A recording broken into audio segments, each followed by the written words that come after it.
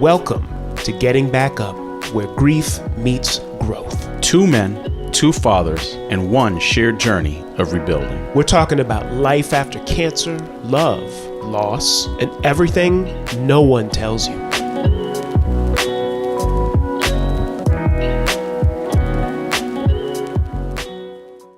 Welcome back to Getting Back Up, Finding Life After Death.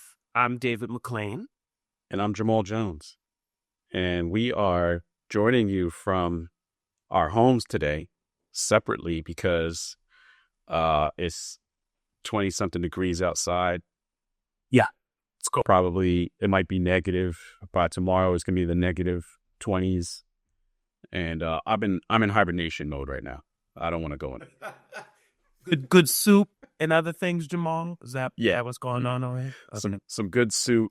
You know, probably going to make some chili. Chili's a good warm food. You know, it's yeah, exactly. Those are all the things. Some blankets, turn the fireplace on. You know, I'm in that mood right now. So, yeah. But no, we have a today I think we're going to go back. You know, we've had a last couple of shows. We've had some guests. We've had, Russell Hornsby on. We had, Miss Whitney, Lynn Allen. And, today we're going to get back to what we do best, kind of talking about our journeys, our stories, and kind of help our community, through these challenges. So, Dave, hit me, man. What are we talking about today? Well, I mean, it really is about this kind of idea, this theme that we kind of broke it down into, which is if I only had living with the loop of regret. And just, it's a refrain for many of us who have gone through losing our wives, losing our husbands, widows and widowers. So I think it's the conversation that we really need to have. So, Joel, you kind of had that idea that the widowers, they know exactly how that sentence ends for them, and it's, Yeah, it's exactly right. If only I had, and I mean, and it could be widowers, it could be family members too, right? Like there's always this part, man. I could have done this more. I could have done that more. Like you always have that. But I think this will. I think when we first started, we didn't, because we were kind of in this place of giving everybody the storyline of who we are, where we were. We didn't really visit regret a lot. And I think this one is important. And we're not talking about like, your typical Hallmark, card regret. So that typical movie regret that you see in scenes. This is different. This is, not the best version. Oh, you presented the best version was on. This is just, the different things you regretted during the journey, during the process, before, right after, right? All the things you wish you could probably done differently. Yeah. And it's the conversation you play in your head. It's a decision that you kind of second guess all the things that you could have done. It's that moment that you wish that you can kind of really take back to a great extent. Not to change everything, just that one thing that it potentially could be. Yeah. So, like you said, it was that Hallmark moment. That's not what it is, but but I think what we really want to do here is really clarify for everyone, kind of up front, that if you're carrying regret, doesn't mean you failed as a husband. It means you loved as deeply as you possibly could in a situation that you could not control.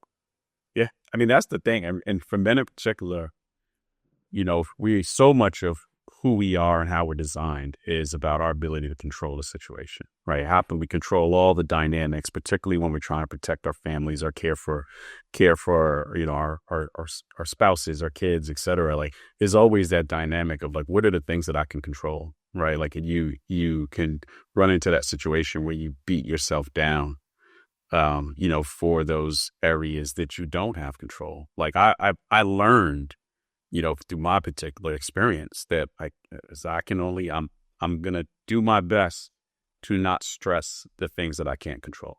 The things that I can't control, like they always say, control the controllables. The things that I can't control, I try my hardest not to stress about it.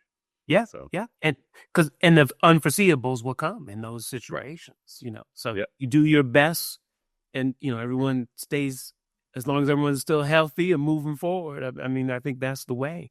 So yeah, we really have broken this episode down into a couple of themes that we're seeing as relates to that regret loop.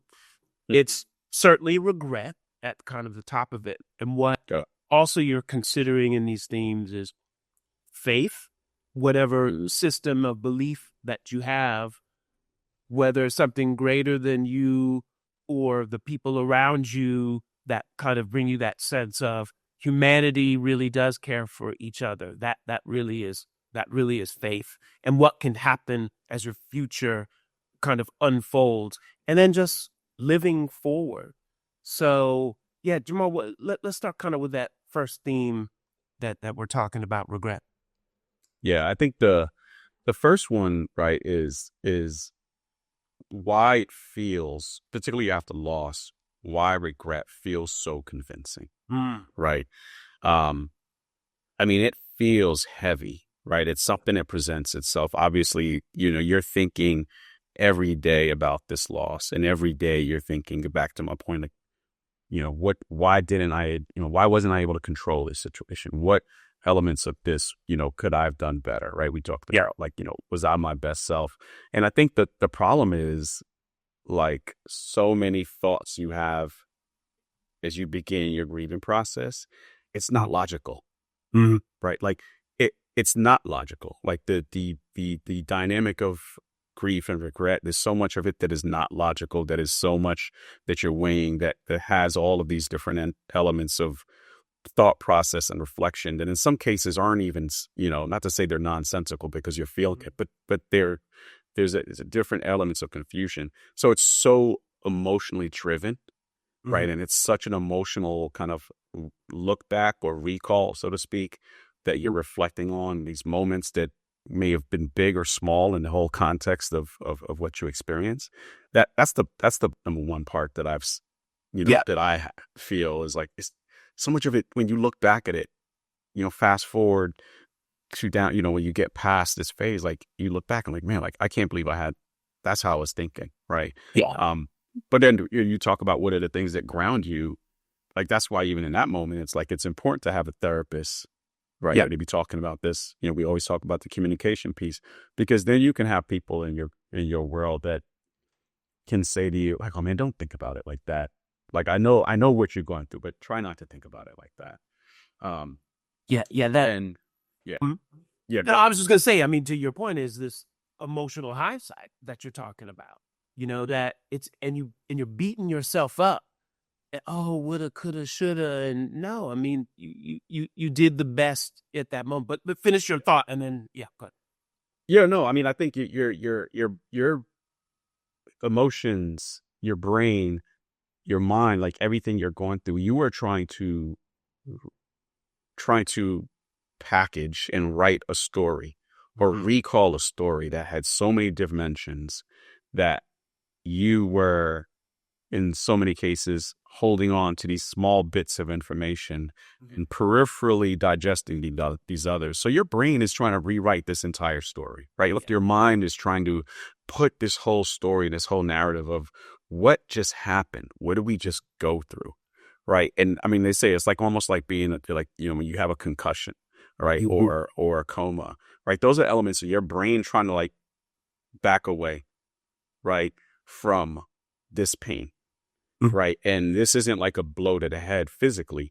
So you're still present, you're still alive, but your brain is probably trying to protect you from some of these memories. I probably shouldn't necessarily be that you might not be ready to pack. So your brain is trying to rewrite the story and kind of add your emotions on top of it. It's a lot of confusion, right, for what you're going through. So Yeah. Yeah. Yeah. And I think what widows and widowers really need to consider, there are kind of a refrain of self-accusing phrases that kind of arise. and it's just over and over such things as, I should have pushed harder. Right. There's more that I need to push, whether that's the doctors, or is it also push more in our relationship? Maybe if we were in a better place in our relationship, all this would not have happened. The events leading to maybe this. I would have been more present with when she was going to doctor visits. I would have asked more questions or challenged her more, challenged her doctor more, like all these things. Now, like, I say all the time, Jordan goes to the doctor. I'm like, you want me to go with you? Right? Yeah. You want me to go? And she comes back. I'm like, how'd it go? Right? Like, there's a part of me now that, like, that's something that I have sensitivity to, because, when everybody's healthy, you don't ask questions. When everybody's coming in and, like, no, doctor said test came back good. All right, cool. Doctor said, like, you don't. But the minute those things happen, you're like, wait, what are you talking about? Hold a second, right? And I know for me, like, even when we kind of got to critical mass, I was like, there's a part of me that still is like, man, we should have pushed to go to these other clinics. We should have pushed to try more things, or we shouldn't have listened to the doctor when they said, these treatments, she's not healthy enough for these treatments. Like, there's a part of you that would, there's a part of me that had that regret, right? Yeah. Had that regret in the beginning. But then there was a part of me eventually said, Jamal, like, what were you going to do? Kick down the door? Right? John Q style? Like, kick down the door. Denzel Washington movie. Yeah, Denzel Washington. Like, yeah. Put her on the list, right? Like, you can't do that. Again, the controllables, right? Like, like, those are the things you think you want to do. You think maybe I should have done that. Maybe I should have pounded on that front desk a little bit more. And you're preparing now for the what ifs now with your now wife Jordan. This is an indication of something. This reminds me of that. I need to take more precaution, maybe. That's kind of the thing. The other thing, man, and this hits home for me, is I should have noticed sooner. Yeah. As it relates to what Nalani was going through, the symptoms of something that she kind of pushed off. Yeah. And admittedly, she was very busy. A mother, very involved with friends, church, just life. And I kind of, when she told me about, and this was what happens, folks, when you have the cancer that she did, the uterine, she was bleeding into chairs. That she soaked a chair with blood. Yeah. And then she realized, oh, shoot, I need to maybe go check out what's going on. Yeah. To me, that's noticing sooner. She told me about that, and that's when she went. But she may not have known, because she didn't tell me the things that happened before that. It got to the point where she was wetting a chair with blood. Enemy. And it's things that are, not to say simple, but again, you can't beat yourself up for that, right? Like, like you said, in the course of life, in the course of busyness, in the course of we communicate, right? We communicate. She'll tell me, or we communicate. Like, you're in the light, like, you can't beat yourself up for that, right?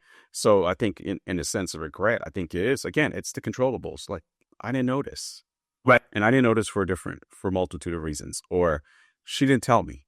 And she didn't tell me for a multitude of reasons, right? Like, I think back to how, how Janice's breast cancer was how she was motivated to finally go. Yeah. It was, because our daughter leaned on her one day. They were playing, and, like, she felt the burning sensation and high pressure.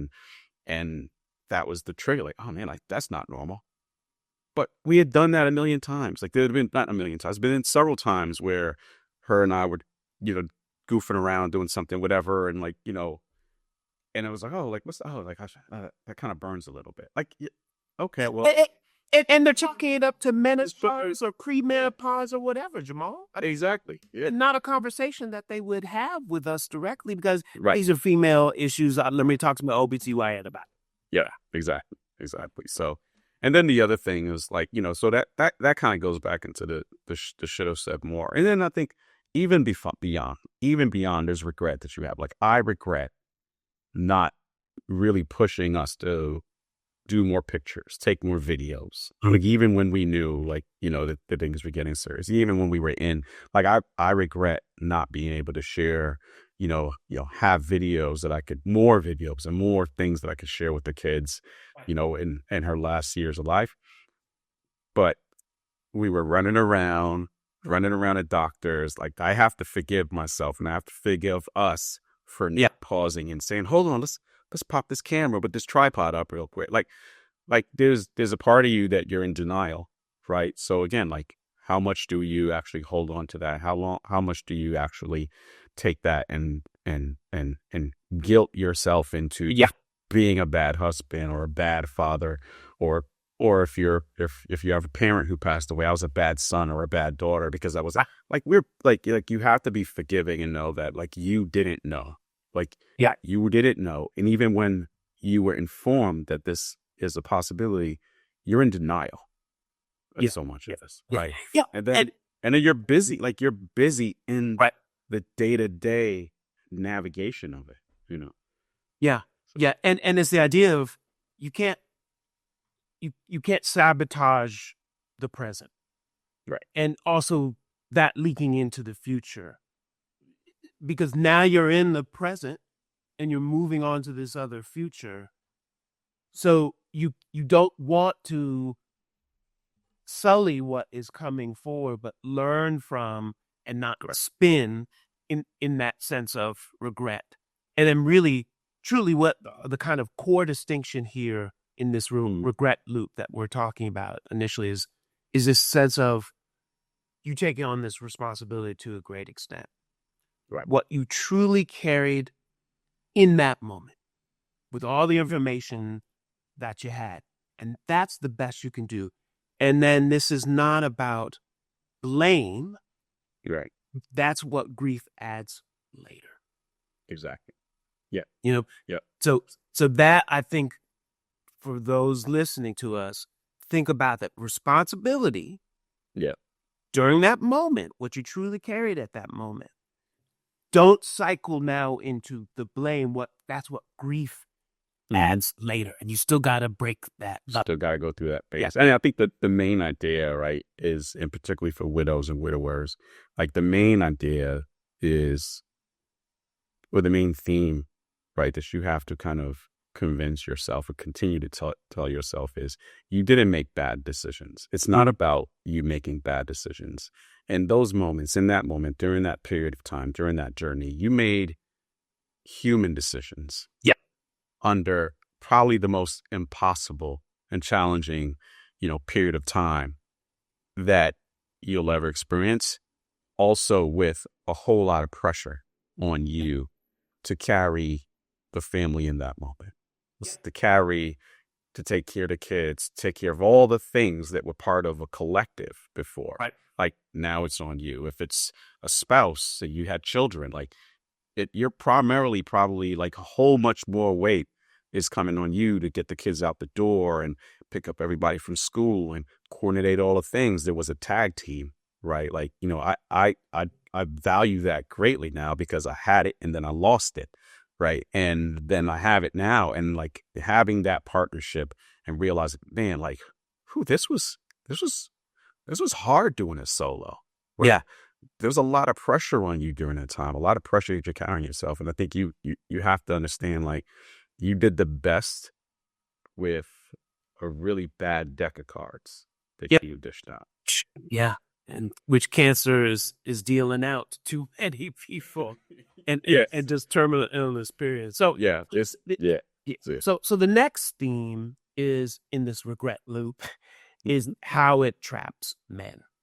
Yeah. And just this idea that guys and widowers too, but let's just go to the fellas in particular, that regret is rarely a single thought.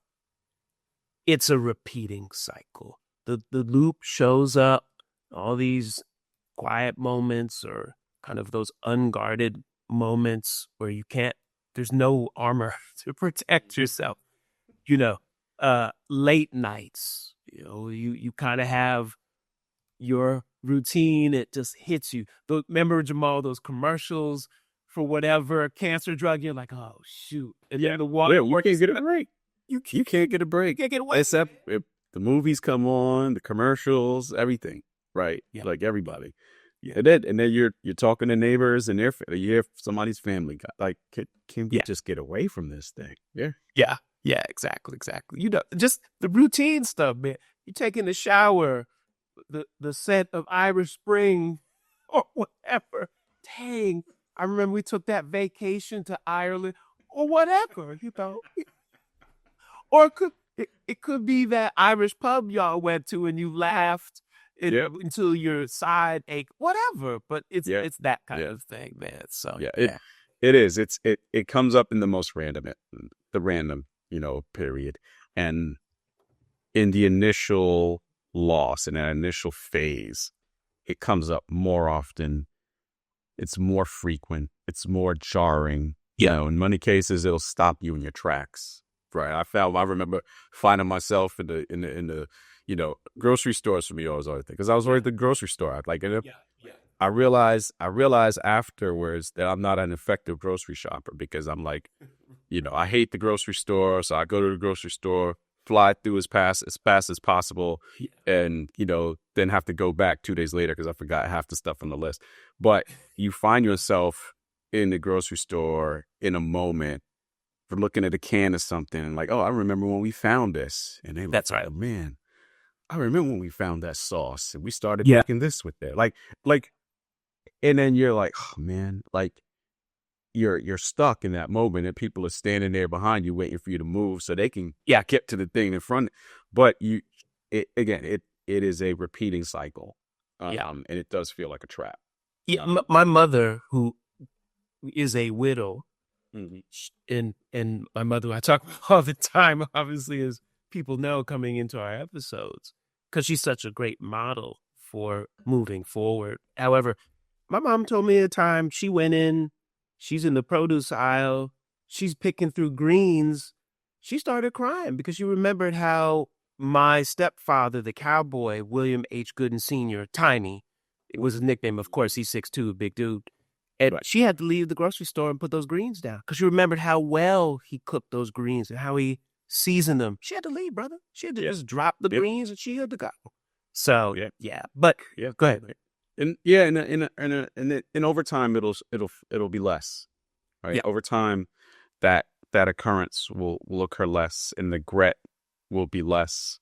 I don't think it completely disappears. Yeah, right. Of course. I think I'm remarried. I've continued my life. I've turned the pages forward, but there are points where I still have those moments. Those points where you still have that thing that reminds you, that moment where you're like, oh, man.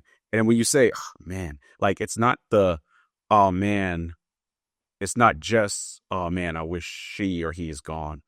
It's also, oh man, like for a split second, it's still like, what could I have done differently? That's it. It's still there, right? But it has to move away from, it's still a part of the grief process. It's not something that traps me, right? Yeah. It's not something that makes me, kind of fall into this deep depression and this deep sadness. It's more just this thing that is, it's still present. But, I think those are the things that, the loop, right? Early in, the loop is constant. It feels constant. Yeah. And the hard truth, Jamal, is there is no finish line to this. It's the race you continue to run. Yeah. Because it's not in the horizon somewhere. It's not some definitive point. It never really truly brings relief to you. It only opens up new doors of self-blame that you just got to shut down so that you can move forward. Because as you said, control the controllable. And this is it's something that's always going to live with you, and you have distance from it. And then maybe it helps you to move forward in different ways and to pull the pieces apart. Hey, I've been through this before. I can do this again, that kind of thing. And so, I think that's the way to kind of think about it. Yeah, I think you touched on it, right? It's not something that, this is not a 100-yard dash. It's not a 3-mile ride. It's not even a marathon. It's a journey. Like you're going to be on this for a little while. And, there's different elements of it. There's parts of it where it feels really hard, and there's the parts where it feels uncomfortably easy, right? Like you start missing, you get to a point in this loop, in this phase where you feel like, wait, I haven't felt guilty or bad or felt this deep regret for like 2 weeks. What's wrong with me? Nothing's wrong. Yeah. Nothing's wrong with you. Right. That's even another part of regret. Like I dealt with that, as well. The regret that I don't have regret. Regret that I don't have this deep pain. Right. Like not just in what you did or what you didn't do. It's also this regret. Again, the loop continues and your regret, it changes. Like I went through the phase where I felt bad for no longer feeling this deep sadness or feeling, these having these painful thoughts anymore. Right. And Whitney Lynn Allen, the grief coach, the author we spoke to last, she emphasized that in her journey. So go back and watch that, folks, the 2 parts we did with her, because man, the knowledge that she provided in moving through that, just what you're saying, Jamal, just for her to hear it from her as well is what you're saying now. So, yeah. Yeah. Yeah. And I think it's like, it's not, that the part of this theme, I think one of the things that kind of, as we move to the next one, I think one of the main things is that there is no finish line in this, right? As I mentioned, it's a journey. Yeah. But the other part of it is like continuously replaying the past over and over again. That's not honoring your late wife. That's not honoring this person. Like, because again, you get stuck in the loop. You get stuck in the cycle.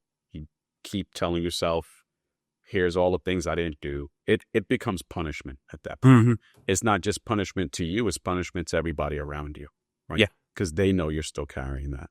I think that's hard when you can't get yourself out of that loop and you're continuing to punish yourself. Think about it in the context, like you're not giving anybody your best at that point. Yeah. Yeah. So, the next theme is, when the responsibility disguises itself as virtue. Right. This is an interesting one, right? I think this one is, when you are thinking that regret, or the kind of idea that regret kind of masquerades itself, kind of hides itself as like responsibility. Like it's my job to continue doing this. It's my job to continue, this unhealthy homage because I feel bad. I'm still grieving. I still feel this deep pain. So therefore I have to do this extra intense effort to make sure that it doesn't go away. I think it goes back to the point of like punishing yourself. It's still like it can hide itself as something unhealthy, right? Mm-hmm. You have to be careful that like the element of regret doesn't do that to you.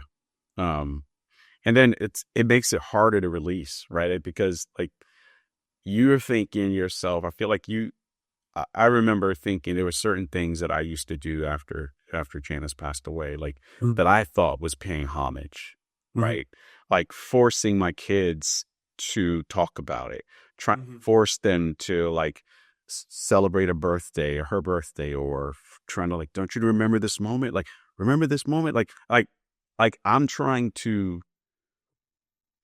kind of make up for my regret or make up, for my insecurities around like what I did, what I didn't do, what I should have done. Like I'm trying to make up for that by forcing this sadness and forcing this recall on everybody else.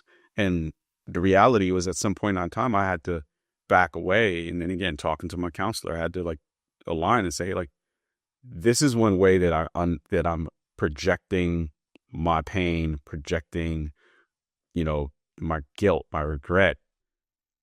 I'm projecting it on other people. Yeah. And it's becoming overbearing. And this action is not healthy, right? So when we talk about like your regret disguising itself as something else, that's one example.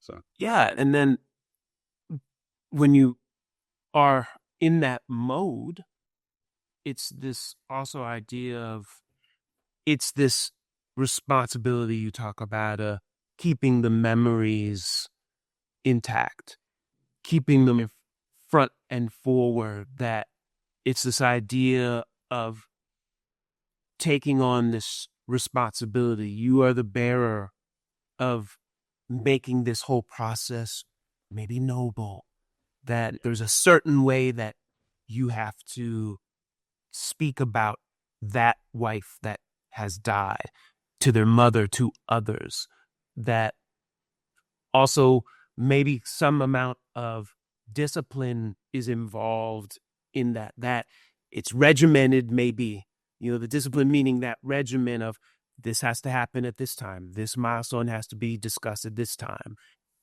and that it's almost the way people worship in this faithful way. Here are the things that you're supposed to do, that you have to follow this dogma, you have to follow this structure, and that's not healthy. And then it makes the idea of regret harder to release, because that's what faith also will teach you about, the sacrifices that you hear in the stories that we know so well in faith. Right.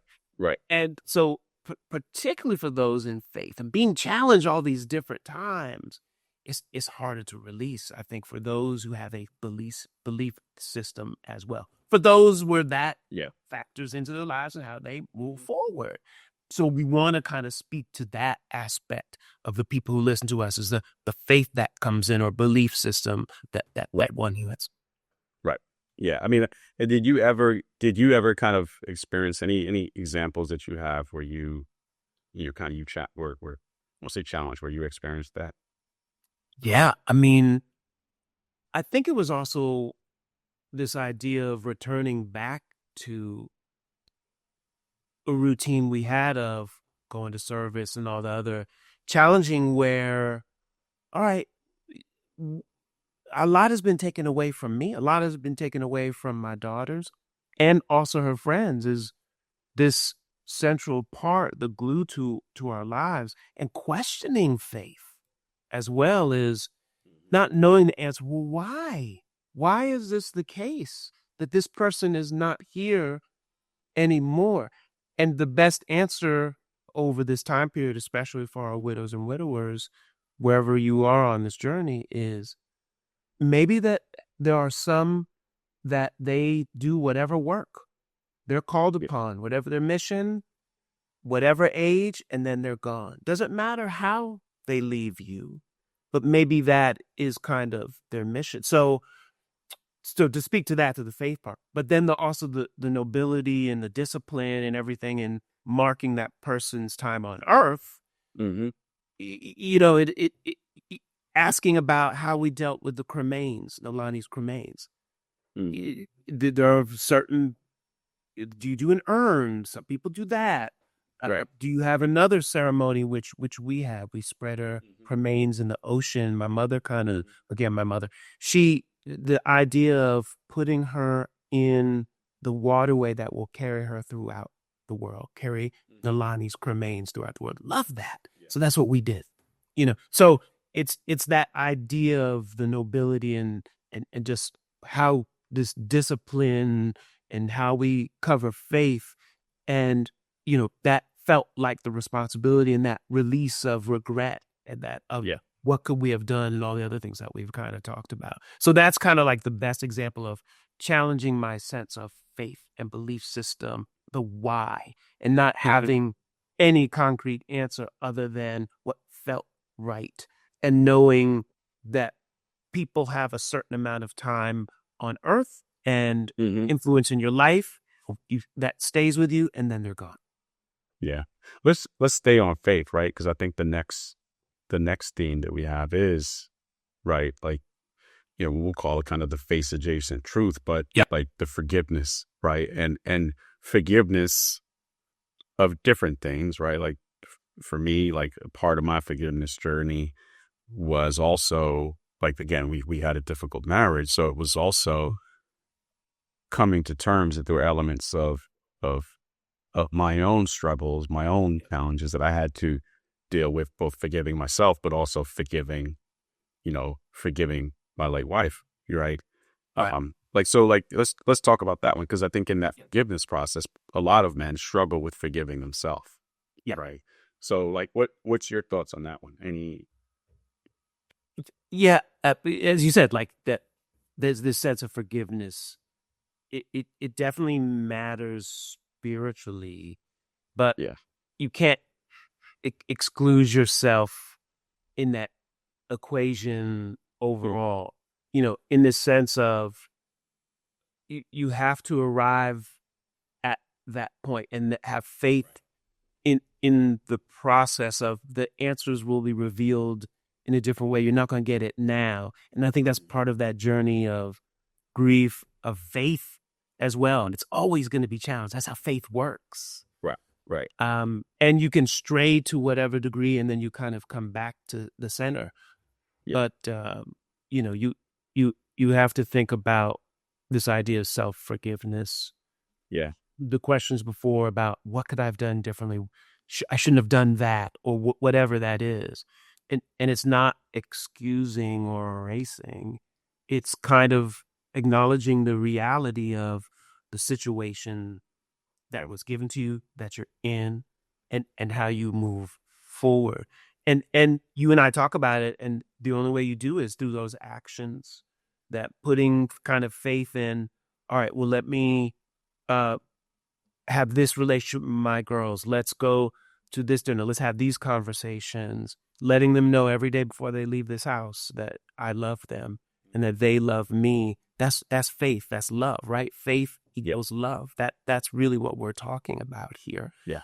So, it's just doing what you know is right to make them whole. Yeah. And it also is to forgive yourself, because you still have to love the people that are around you. You still have to love yourself too, so that you then can offer love to people, and then you let more joy in because of the progression you see with your children or the other people around you. The conversation starts to change about our wives that died in some form or fashion, where it's that balance of remembrance, good and challenging. Yeah. I like the idea of you know, forgiving yourself is not excusing or erasing, right? I think it's like this fine line in the grief process, particularly when you think about regret. It's this fine line of, if I don't force myself to hold on to the regret, these things that I think, right? These things that you think are mistakes, these things that you think are, missteps, these things that you think are, places where you failed in this process, right? I think so much of us think that, if I don't hold on to these things and let these things weigh me down, that I'm not effectively grieving, right? Or that if I don't hold on and continuously say, I could have done this better, I could have done this better, I should have done this better, that I'm not effectively grieving. Like it goes back to the punishing, right? Like you have to forgive yourself in the process. Like you can't punish yourself. You can't, you can acknowledge it. Maybe there were things that you could have done better, but maybe it weren't, right? Maybe the situation was what it was and you were who you were as you needed to be for the situation. There's always something else you could probably do, but you did what you could, right? And I think that idea of forgiving yourself and the idea that forgiving yourself, even in this regret, and being able to say, I did what I needed to do. I did what I had to do. I did what I could do. Right. Like that's not excusing. That's not erasing the past. It's acknowledging that you were present, right? The best way you could be present and the best way you could support, right? Like that. And there's a part of the process, like there's a reality in this where it's like also that's the past now, right? Like you can remember it, but you have to look forward, right? The only way you can't step forward without looking forward. You're gonna fall and trip if you're not looking forward. So right. Yeah. What's the reality check? I mean, just kind of speak on what's the reality check for widowers? I mean, like listen, listen, the three, you were finite. You only had but so much Yeah. You only have but so much capacity. Right. As men, we only have, so we could work out if all we want. We could get on the treadmills, run miles and all of that stuff. Like we could do all of that stuff. But at the end of the day, you have so much capacity before you collapse and your body says you need to rest. You need to go to sleep, or it's like driving in a car while you're sleepy. You're going to hurt somebody, right? Like you may want to take that long drive, but if you don't pull over and take a nap, if you don't pull over and like give yourself space for a second, like it's going to be a situation where you end up hurting more people than you're helping. Yeah. Right. And then like you're scared. Yeah. I mean, like I know me, I was terrified during that journey. Like during that time, I was literally terrified of so many things. Right. Terrified of losing my wife, terrified that my parents, terrified that my kids are going to lose their mom. Right. Like terrified that I'm going to be a single father, terrified that how am I going to pick up all these pieces? Like you're terrified. You are literally scared shitless. Right. Like for so many different things.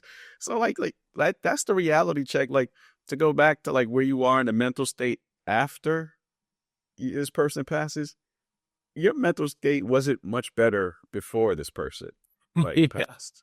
Right. Like I know, like, like how many times, you staring at, you pull up to a stoplight or a stop sign and like, 3 seconds into the light, you wait for traffic, you are in full blown daydream.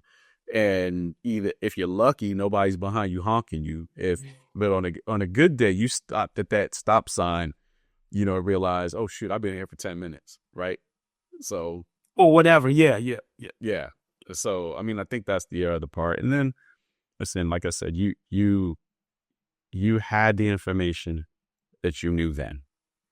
You were doing your best with what you knew at that moment. That is the reality. That is the pure reality. Yeah. And then I think the thing, right, is what it all boils down to. What it all boils down to is like, it's not about, self-forgiveness and forgiving yourself through this process. It's not about denying that anything happened. It's not about denying the reality of the situation. It's honestly just it's just being honest. Yeah. Right. Yeah. That's the reality. That's the, sometimes you got to give the harsh reality check. Like that is the situation. Man, Dave, this is a lot. This is a lot. I mean, when you think about how heavy and how consuming the regret component is within grief, I think we're going to have to make this 2 parts, brother. I think you're right. I mean, this is deep, heavy, and as we mentioned, it's recurring for a lot of the men and women that we're talking to. So I'm going to just run down the 4. Yeah, go through. Yeah, let's remind everybody. Yeah, what we just talked through. So the first one, why regret after loss feels so convincing. Mm-hmm. The second one is the regret loop and how it traps men. Third, we discussed when responsibility disguises itself as virtue. Mm-hmm. And then we rounded out this part 1 of our conversation about the regret loop as it relates to faith adjacent truth and forgiveness. What must include the self? So I think that's a good way to kind of like leave our people with that one, like forgiving yourself. Yeah. I think that's a good one. And then the next episode, we'll pick up on part 2 and we'll continue this regret loop journey and take everybody through the other themes here.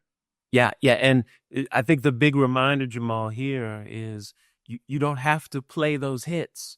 You don't have to play that regret mixtape over and over, so to speak, because that you got to move on. You need something fresh and new so you could really move forward.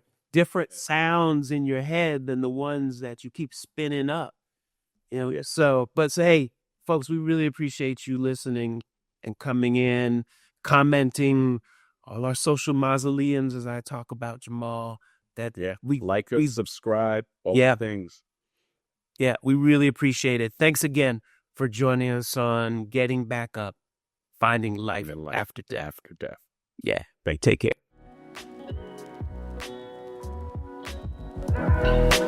Thank you for joining us on Getting Back Up, Finding Life After Death.